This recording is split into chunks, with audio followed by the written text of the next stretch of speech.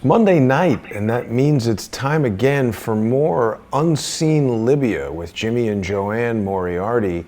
Welcome to you both. Jimmy, glad to see you're over the flu. How are you guys feeling tonight? I'm about 90%. I'm still coughing and hacking some, but I'm a lot better. I'm doing good. That's good to hear. Healing. Good to hear.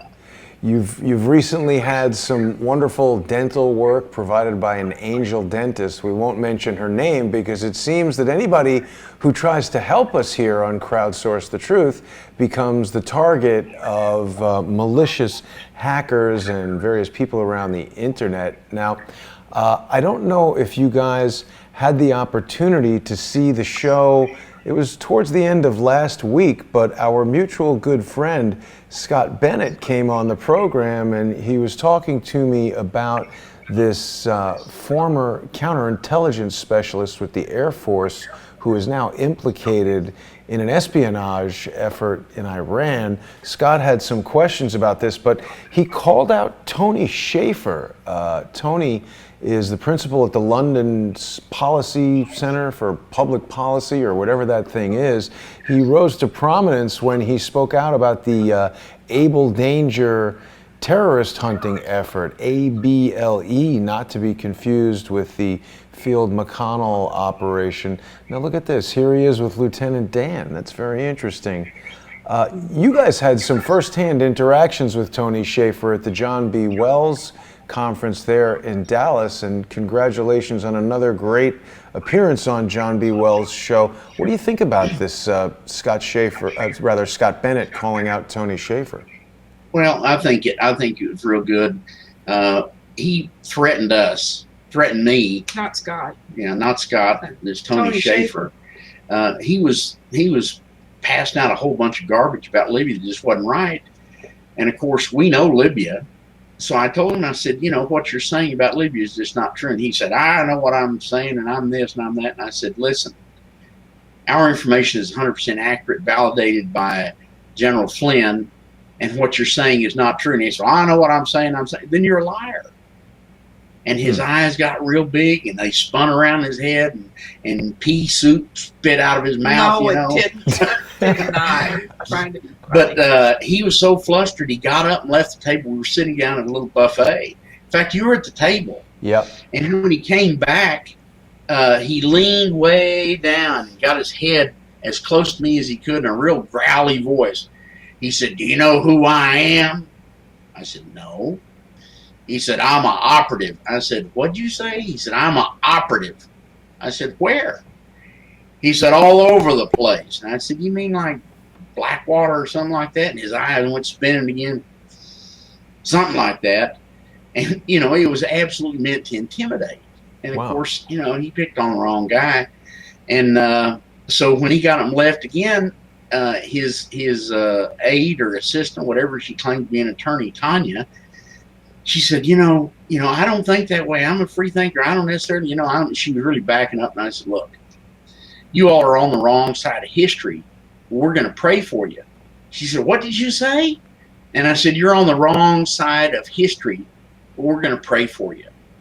And, of course, she didn't understand that either. Joanne and I got up and left. And as we were leaving, Scott Bennett was just coming in. And I said, well, Scott, we've identified one bad guy for sure. And I pointed to him, and Scott said, you know, when I first met the guy, he said I had real bad vibes coming from him. He said he wasn't a good guy at all. I said, well, he's completely full of it. So Scott went over and started speaking to him, and Tony had to get up and leave because he couldn't answer Scott's question at all. And Tanya was talking to Scott, and of course Scott has a string of words. He has the ability to link words together better than anybody I've ever seen. And he got her so flustered, he got her to admit that she was an infiltrator at the conference. And she said, I didn't mean to say that. So wow. Interesting. I mean, you know, I don't know that much about Tony Shaffer. He sort of declined to participate in the whistleblower roundtable that we did at the John B. Wells Conference, Operation Classified. Of course, Robin Gritz was with us for that, Kevin Shipp, Scott Bennett, and Sidney Powell. And I really respect and appreciate all of those people. I don't know that much about this London Policy Center. It's one of these think tank type of things that I am generally very suspicious of, although there are people involved in it who I respect. Sidney Powell is part of it. I don't want to disparage this organization, but yeah, Tony Shaffer seems to be up to some strange things. Well, certainly. One of the members of that organization called us after. She was also at Operation Classified, and she wanted to get to know us better. And whenever I told her that Shaffer had claimed to be an operative, she said, he's not an operative. I don't know why he'd say something like that. And she indicated that either she outranked him or she was above him or something, not necessarily his boss, but she outranked him. Yeah, but Tony Shaffer was, I didn't listen to his speeches at Operation Classified. We were busy, but we had a number of people come up to our table and ask us, are there any people from the dark side, operatives or whatever you want to call them, people that would not be whistleblowers, not be good guys that are here? And I said, we asked him, we said, well, who are you, who do you think? And they said, well, there's that one guy, Tony Shaffer, who supports NATO, who supports Netanyahu, and this doesn't seem right. Everybody smelled him. Everybody. Yeah. So, it wasn't just us. It was even the people who were there. Right. And I think everybody will recognize that shortly after I returned from Operation Classified, big shift in the relationship between myself and Field McConnell that was basically provoked by a guy named Craig Peterson, I think, who is a member of Able Danger and was there at the conference, has been actively spreading lies about me. And basically the relationship with Field is broken now as a result. So, again, people say, oh, we don't want this infighting among truth tellers, but the story that you guys are bringing out and that Scott Bennett had shown a light on last week is that not everybody who comes to these things are necessarily truth tellers. I think people go there trying to gain the trust of John B. and the other people who are there with good intentions to try to infiltrate. Now, the biggest concern that I have is that Tony Shaffer and all these guys at the London Policy Center are very close to General Flynn. So again, I'm not accusing anybody of anything other than the things we have firsthand experience with. I did see the exchange between Jimmy and Tony. I wasn't close enough to hear what was being said, but the moment Jimmy came back to the table, it was quite obvious it was an uncomfortable exchange, and I certainly appreciate Scott's input. I think Scott is a very knowledgeable guy. He's been a fantastic contributor to this show, so perhaps there's some more to be seen here in this matter. I do want to remind everyone that we're going to be starting the main show in just a little while at 7 p.m. Eastern, only on Patreon. So for people that are just joining us now, if you're watching on patreon.com/crowdsourcethetruth or anywhere else, it's very important that people become sponsors of Jimmy and JoAnne. They've started their own Patreon page, and you can go there by going to patreon.com/James and JoAnne Moriarty. Jimmy and JoAnne have been soft-killed and blacklisted. Their bank accounts have been closed, and we've been hearing a lot more about this lately. Actually, Chase Bank has been closing the accounts of a lot of outspoken activists, people like Laura Loomer, Joe Biggs. They've also had their bank accounts shut down. So it's very important that people support Jimmy and JoAnne. We would not have this information if it wasn't for them, and there seem to be some very powerful forces trying to suppress this information from coming out. I hope that people will also visit patreon.com/crowdsourcethetruth and sponsor the show there. So Jimmy, JoAnne, what are we going to be speaking about tonight when we get over to our sponsors only segment on patreon.com and Subscribestar? Well, Jason, tonight we're going to talk about a young man who was killed by Hillary Clinton's mercenaries that were brought into Libya and termed rebels. They were not. There were over 250,000 mercenaries that were brought into Libya to take over the country because there was no revolution in Libya. This young man was a member of the army, the Libyan army, and I have to tell you, the Libyan army wasn't fighting anybody. They were trying to protect the Libyan people from these mercenaries.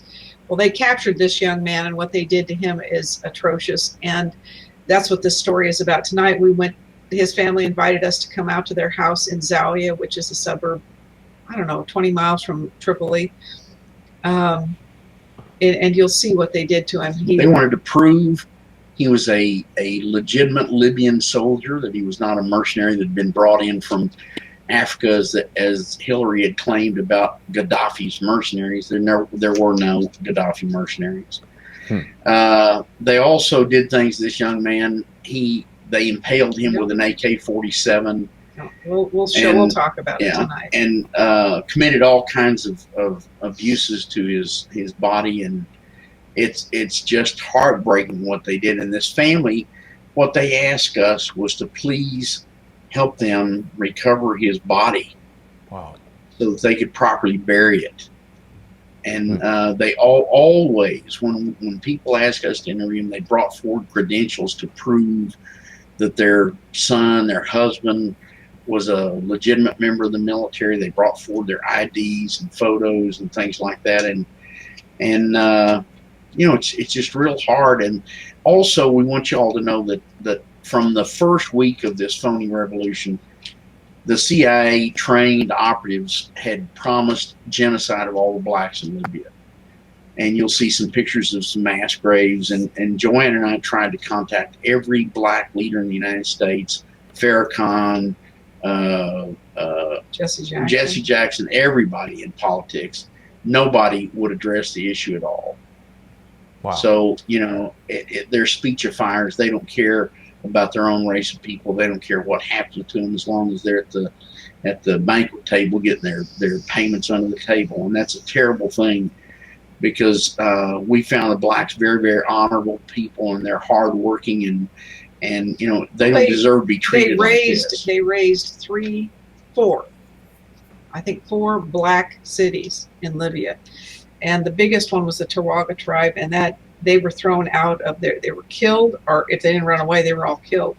That town was taken over by the Misrata militias, which were Hillary Clinton's mercenaries and criminals. They're still there today. The Misrata people had to live in makeshift camps around Tripoli. This past year, they were given an agreement. There was an agreement that they could go back to their homes. They got out to the middle of the desert, and the Misrata militias are now holding them at gunpoint in the desert to starve them, and they didn't have enough food and water to last. It's atrocious what's happening. The men that were caught, instead of putting them in prison, they made cages that had 3-foot tall ceilings, and made all these black men that were soldiers and honorable Libyans, made them crawl around inside these cages. Wow. And couldn't even stand in there.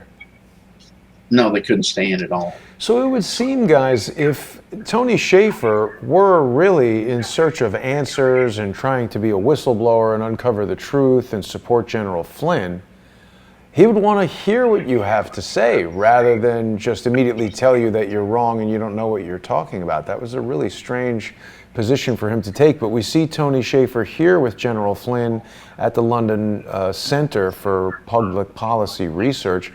Sort of a look of concern on the general's face. I haven't seen this picture before today, but I think Tony is more of a provocateur and an infiltrator than he is. He's not a whistleblower. I would not describe him as that. He's room temperature IQ as far as I'm concerned. He claimed to be a big friend of General Flynn. I said, well, I don't guess you're that good a friend if you think that he's telling you this stuff, because General Flynn knows the truth. He's told the truth.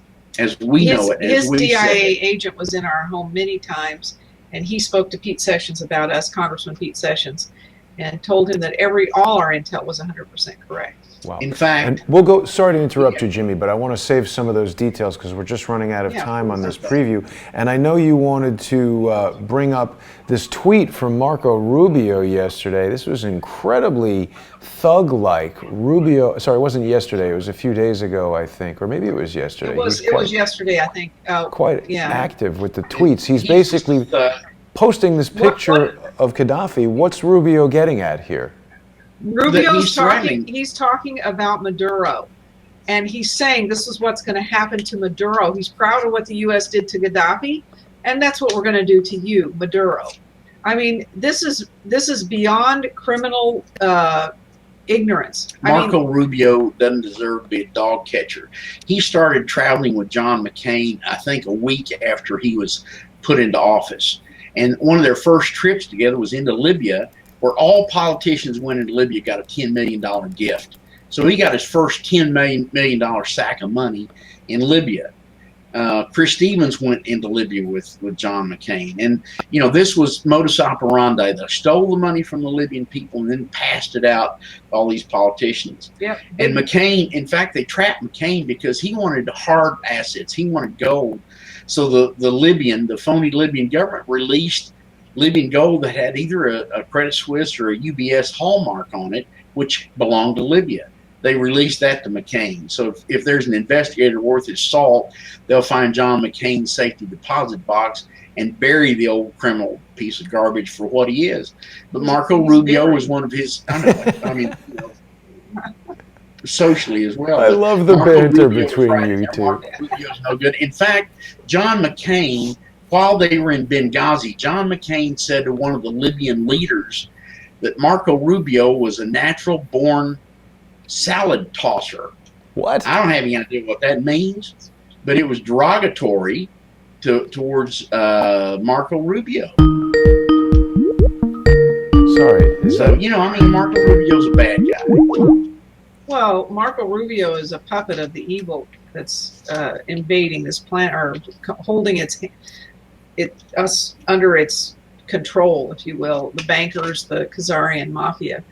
And he's one of their puppets. And like I said, I tweeted back, I said, you're criminally ignorant if you think the Libyan people are better off or happy or anything with them murdering Gaddafi. And it was an assassination, which is against everything in our Constitution and everything, you know, international law. You can't go in and assassinate leaders. Right. Yeah. Well, okay, we're just about out of time here for the preview, so we're going to remind everyone that they can catch the full show on patreon.com/James and JoAnne Moriarty, and also on patreon.com/Crowdsource the Truth. I've also started a Subscribestar channel for people who don't want to be on Patreon. You can go to subscribestar.com/Crowdsource the Truth, and we're going to be back in just a short while here at 7 p.m. Eastern for our sponsors only on Patreon and Subscribestar. Jimmy and JoAnne, I look forward to continuing the conversation there. Thanks very much. Thanks, Chase.